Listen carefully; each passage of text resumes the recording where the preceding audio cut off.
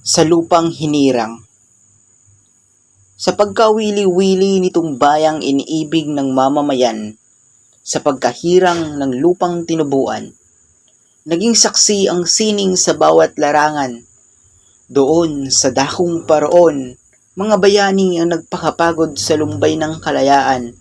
Itong pamahalaan, nilingap-lingap, wari silang katarungan. Sa katunayan, ng salitang pangangatwiran, paniguradong si Lapu-Lapu, Rizal, Bonifacio at Luna at marami pang iba ay lumuluhas sa lupang tinubuan. Ito bang bayan ay ina at amang Katagalugan? Sa lupang hinirang, naroon ang sakdal-dilag.